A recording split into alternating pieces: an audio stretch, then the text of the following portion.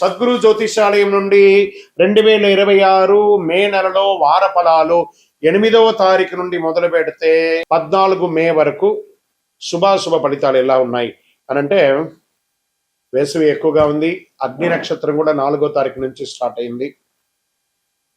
ఎండ తాపడం చాలా తీవ్రంగా ఎలా ఉంది, ఎందుకంటే సూర్యుడు ఇంటికి కుజుడు వచ్చి స్థిరపడుతున్నాడు. మే 10వ తేదీ నుంచి కుజుడు మేషరాశిలో వచ్చి స్థిరపడతాడు. అలా స్థిరపడిన తర్వాత ఎండ చాలా తీవ్రంగా అవుతుంది. కత్తరి ఎండ ప్రారంభం అవుతుంది. కేతు భగవానుడు సింహరాశిలో ఉన్న కాలం అంటారు. ఈ గ్రహ సంయోగం 12 స్థానంలో ఉంది. ఈ సమయంలో చంద్రుడు అనురాధ నక్షత్రంలో తన ప్రయాణాన్ని ప్రారంభించి ధనిష్ట నక్షత్రంలో ముగుస్తాడు.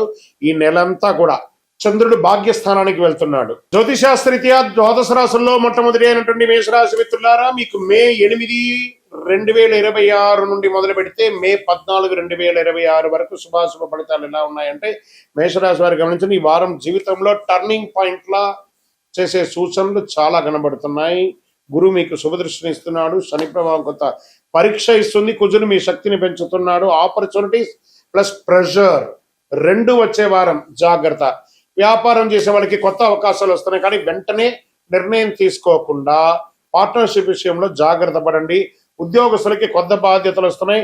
ప్రమోషన్స్లు కనిపిస్తున్నాయి, కానీ పేషెన్స్ చాలా అవసరం. ఇది ప్రైవేట్ రంగం వారికి అయితే కాస్త వర్క్ లో ప్రెషర్ ఉంటుంది, అయినా సర్దుకుంటారు.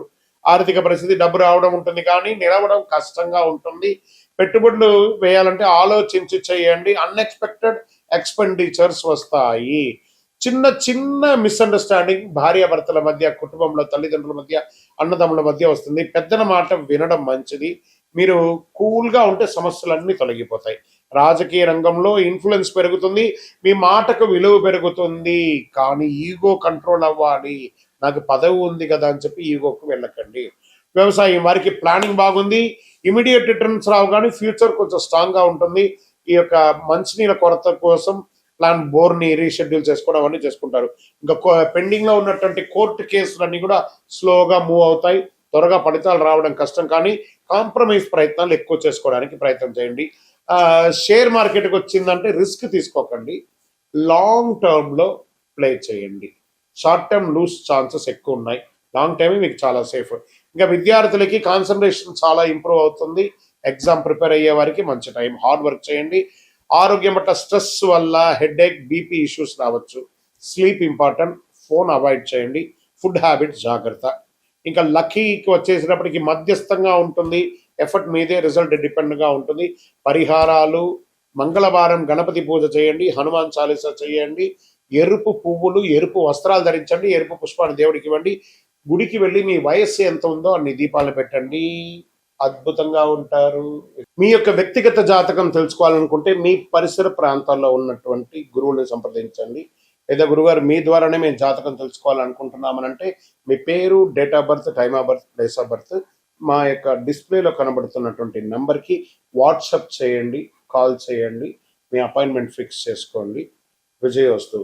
జ్యోతిష్ శాస్త్రం అనేది పడుతున్న వర్షానికి ఒక గొడుగు మాత్రమే, కానీ జ్యోతిష్యం జీవితం కాదు. మీరు మిమ్మల్ని నమ్మండి, మీ యొక్క ఇష్టదైవాన్ని, కులదైవాన్ని నమ్మండి. విజయోస్తు. చంద్రమౌళి వెంకటేష్ శర్మ.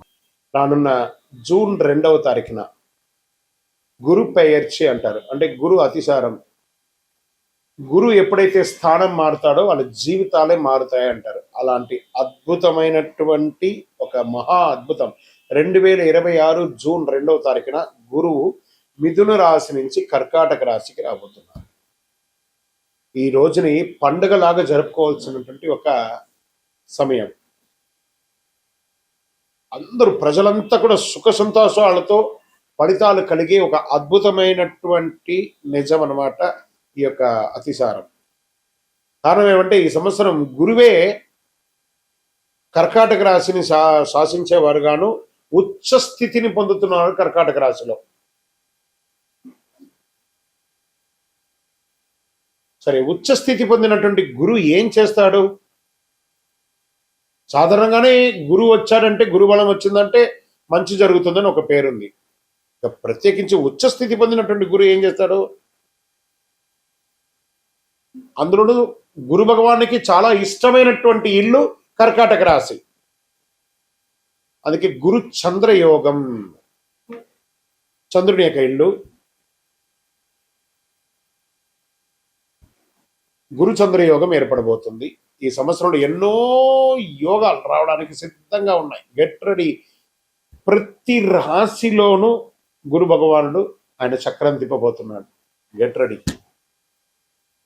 రాశి ప్రకారం ఎవరు పాప ఫలితాల నుంచి బయటపడబోతున్నారు, ఎవరు యోగాన్ని పొందబోతున్నారంటే,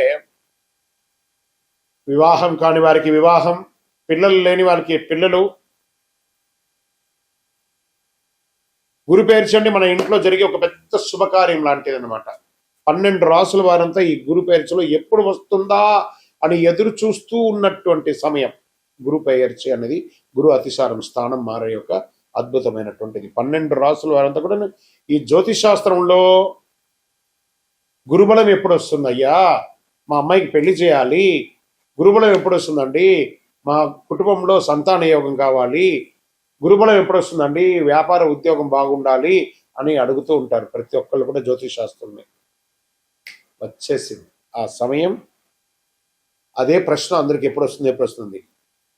గురు కటాక్షం ఉంటేనే పెళ్లి, సంతానం, ఇంట్లో జరిగే అన్ని శుభ కార్యక్రమాలు జరుగుతాయి. గురు భగవానుడు ఏం చేస్తారంటే ప్రతి సంవత్సరం ఒక రాశిలో ఒక సంవత్సరాన్ని గడుపుతాడు. 1 సంవత్సర కాలం గడుపుతాడు ఒక్కొక్క రాశిలోనూ.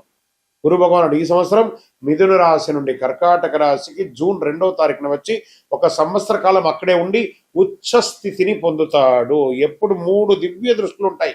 ఎప్పుడు కూడా గురువుకి 3 దివ్య దృష్టిలు ఉంటాయి. గురు విషయానికి వస్తే ప్రత్యేకంగా చెప్పాలంటే మకర యాళి, కర్కాటక యాళి అని అంటారు. ఈ మకర యాళి అంటే వేదాలను దాచిపెట్టినటువంటి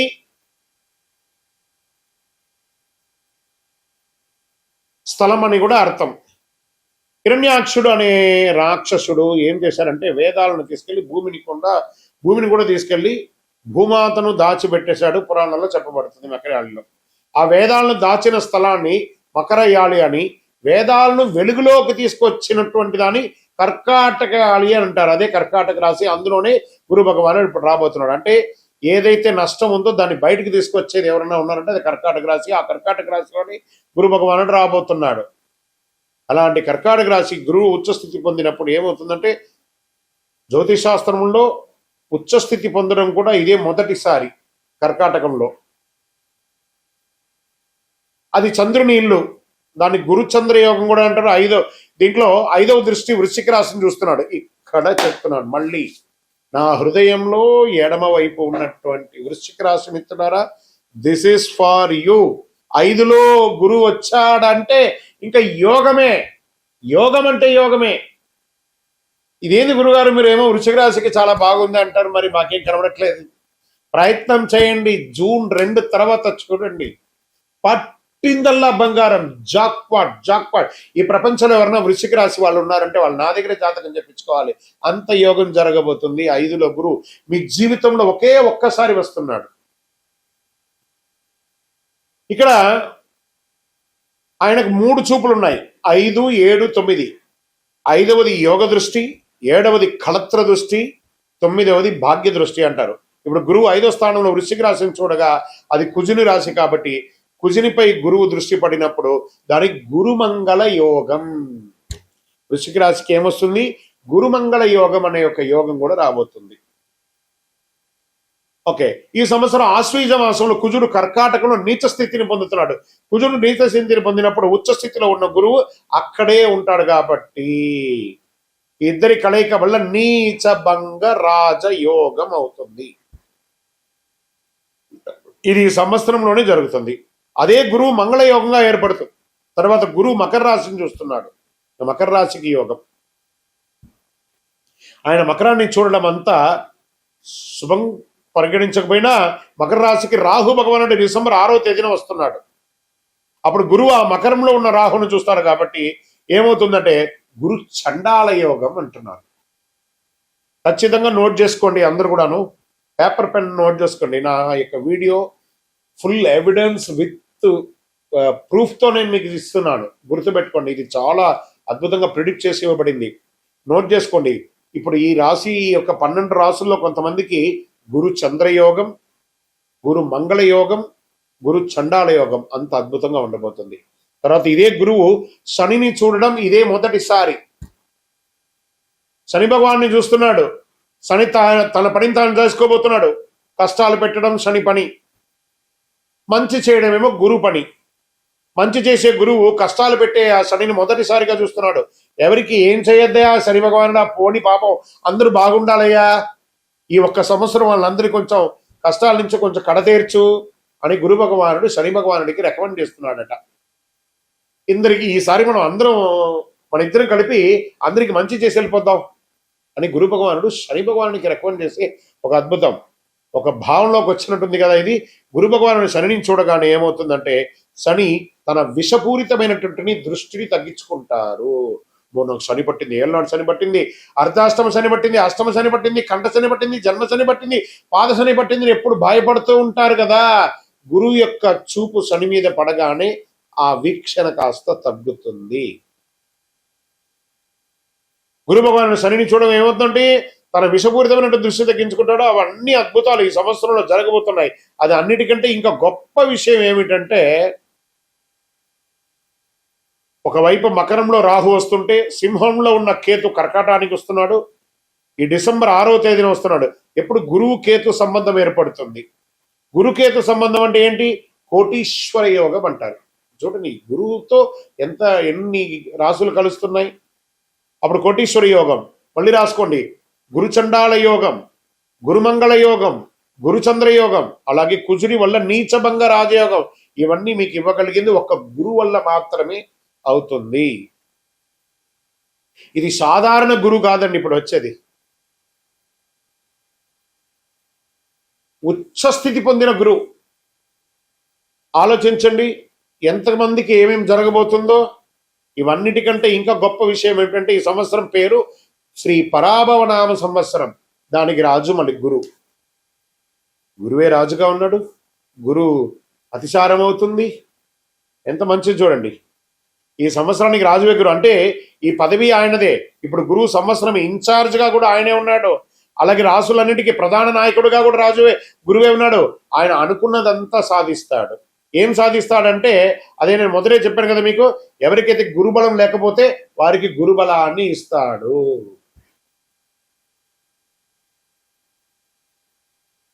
పెళ్లి సంతానం ఆగిపోయి ఉంటుంది కదా, ఉద్యోగాలు ఆగిపోయి ఉంటుంది కదా, వాటి అన్నింటినీ కూడా క్లియర్ చేస్తాడు. బంగారు వర్షం లాగా కురిపిస్తాడండి. ఇది ఎలా ఉంటుందంటే మేషరాశి వారికి ఏళ్ళనాటి శని ఉంది, కుంభరాశి వారికి కుంభరాశి వారికి ఏళ్ళనాటి శని, మీనరాశి వారికి ఏళ్ళనాటి శని, సింహరాశి వారికి అష్టమ శని, ధనుసు రాశి వారికి అర్ధాష్టమ శని. ఒక శుభవార్త రాసుకోండి. ఈ శని మీద బాధపడుతున్న వాళ్ళకి అందరికి శుభవార్త. ఎందుకలా చెప్తున్నా అంటే వారిపై ఉన్న శని ప్రభావం తగ్గిపోతుంది. కుంభరాశి వారు తమ పాద శని దశగా న్యాయంగా అనుభవించాల్సిందే కదా, అది ఎస్కేప్. జన్మ శనిని మీనరాశి వారు అనుభవించాల్సిందే కదా, అది కూడా ఉండదు. కానీ గురు దృష్టి పడితే అది క్లియర్ అయ్యి వారికి దాదాపు రానున్న 2.5 సంవత్సరాలు ఉపశమనం అని చెప్పచ్చు. ఇది ఎంత అద్భుతం. అర్ధాష్టమ శని ఉన్నటువంటి సింహానికి, అష్టమ శని ఉన్న సింహానికి, అర్ధాష్టమ శని ఉన్నటువంటి ధనుసుకి, మేష ఇక్కడ లాభపడే వాళ్ళు, ఇబ్బందిగా ఉన్న వాళ్ళు కూడా లాభపడే రాశులు ఏమన్నంటే మేషరాశి, సింహరాశి, తర్వాత ధనుసు రాశి, దాని తర్వాత మకర రాశి, కుంభరాశి, మీనరాశి. వీళ్ళందరూ కూడా శనితో కొంచెం ఇబ్బంది ఉన్నారు కదా, అన్ని కూడా క్లియర్ అయిపోతుంది. ఆయన ఏం చేస్తున్నారు, మీరు శనిలో ఉన్నా కూడా మీకు నా వల్ల మీకు ఉపశమనం, నేను శనితో రికమెండ్ చేయించాను అన్నట్టుగా ఇస్తున్నాడు.